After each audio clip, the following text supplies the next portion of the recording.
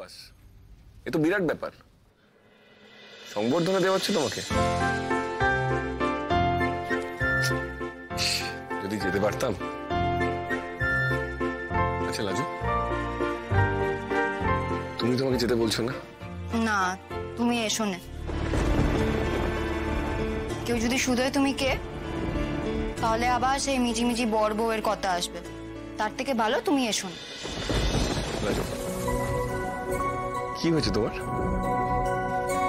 তোমার গলাটা এমন কেন লাগছে? কিছু হয়েছে? রাজু, তোমার কি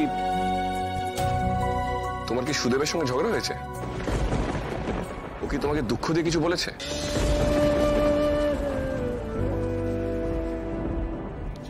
আমার মনে দুঃখ হলে আমার মনে দুঃখ হবে, তাতে তোমার কি? যেই জন্যই দুঃখ হোক তোমার এত জানার দরকার নেই। তুমি এত রাত অব্দি না জেগে ঘুমো। রাজু, তুমি এভাবে কথা বলছো কেন? কি হয়েছে বলো আমাকে।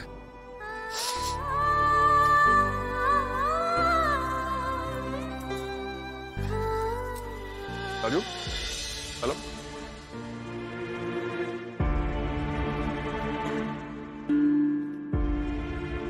কি হলো আবার মেয়েটার? বাড়িতে বা গ্রামে কেউ কিছু বলেছে? না, সে হলে তো এরকম কথা বলতো না।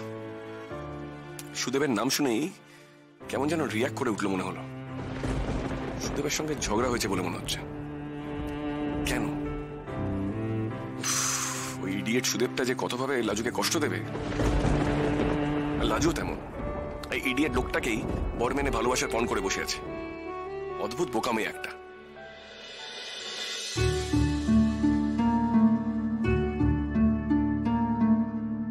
মাতঙ্গিনী হাই স্কুল তো জেলা সদরে, আর সেখান থেকে তো আমার শোর বাড়ির গাঁ খুব দূরেও না।